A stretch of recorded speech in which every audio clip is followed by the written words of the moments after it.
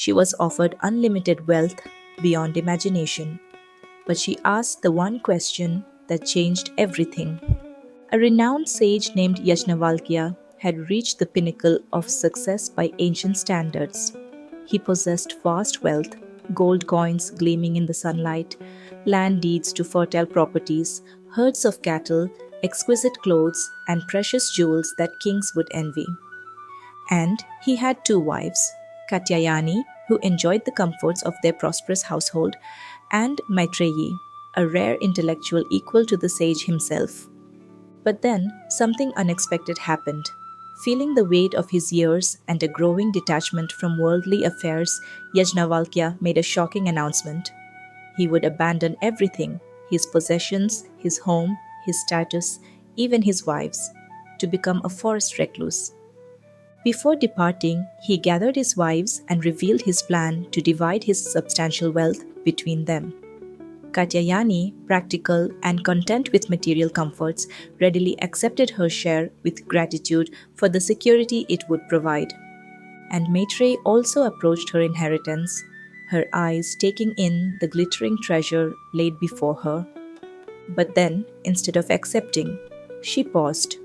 A question had formed in her mind, a question so profound it would echo through the centuries. Looking directly into her husband's eyes, Maitreyi asked, "My lord, if I possessed all the wealth in the world, not just your share, but all the riches that exist on earth, would that make me immortal?" Yajnavalkya was stunned. In that moment, he realized the extraordinary depth of his wife's wisdom. "No," he replied firmly. "Wealth can bring comfort and pleasure, but it cannot conquer death. With wealth, you would live as any wealthy person lives, with comfort, but still bound by mortality." And in that moment, what seemed like a simple division of property transformed into one of history's most profound philosophical exchanges. But then Maitreyi asked an even more powerful question that revealed her true character. "Then what good is wealth to me if it cannot grant immortality? Instead, please share with me what you truly know, the knowledge that leads beyond death." Moved by her spiritual hunger, Yajnavalkya sat down with Maitreyi, his eyes alight with approval. This wasn't just a wife saying goodbye to her husband, this was a seeker of truth, meeting her teacher at precisely the right moment. "Listen carefully," he began, "for what I'm about to share is the essence of all wisdom." And then he delivered a teaching so revolutionary it challenges our very understanding of love and happiness even today. It is not for the sake of wealth that wealth is dear, but for the sake of the self. It is not for the sake of a spouse that a spouse is dear, but for the sake of the self. It is not for the sake of children that children are dear, but for the sake of the self. But then, seeing confusion in Maitreyi's eyes, he elaborated. "Everything we love, our partners, our children, our friends, our possessions, we love not for what they are, but because of how they connect to our own sense of self." "Think about it," Yajnavalkya continued. "Why do you cherish anything? Is it truly for the thing itself, or is it because of how it makes you feel?" The truth that few realize is that all human endeavors, our endless pursuit of success, wealth, relationships, and recognition, are actually misdirected attempts to find the completeness that already exists within us. And as Maitreyi pondered this teaching, she began to understand the radical shift in perspective it required. But then she asked, "If everything I love is ultimately about myself, what happens when I am no longer here? What happens after death?" Yajnavalkya smiled, knowing they had reached the heart of the matter. "The self I speak of is not the ego that fears death. It is the eternal essence that remains when all material and transient aspects fade away."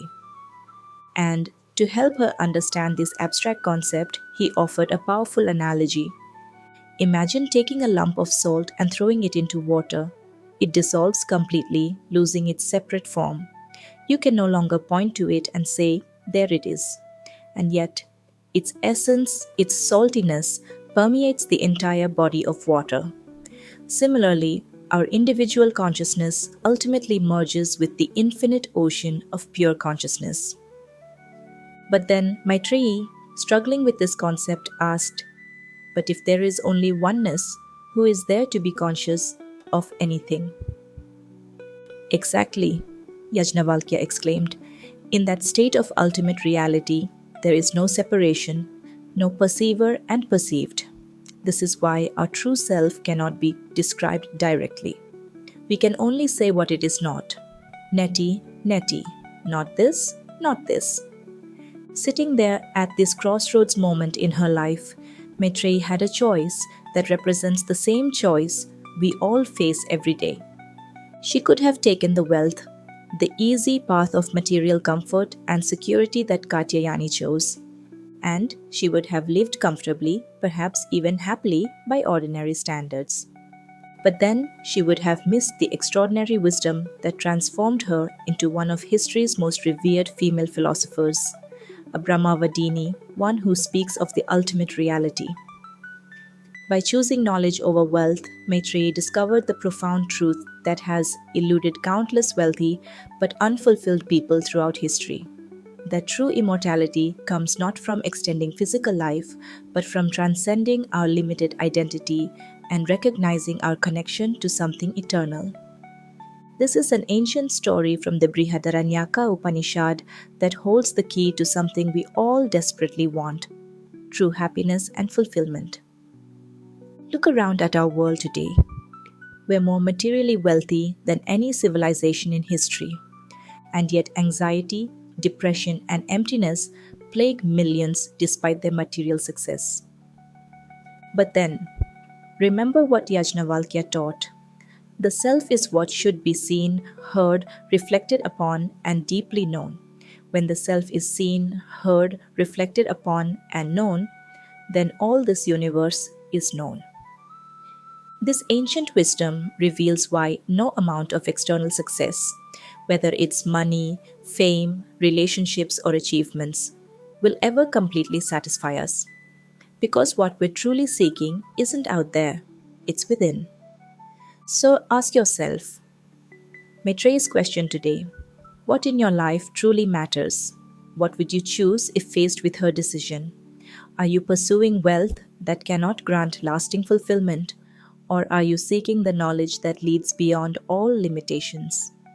The next time you feel that familiar craving for more money, more recognition, more possessions, remember this 2700-year-old story and ask yourself what you're really searching for.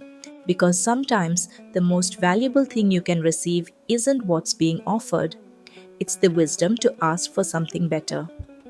If this story touched something in you, hit that like button, share it with someone who needs this wisdom, and subscribe for more ancient stories with powerful modern applications.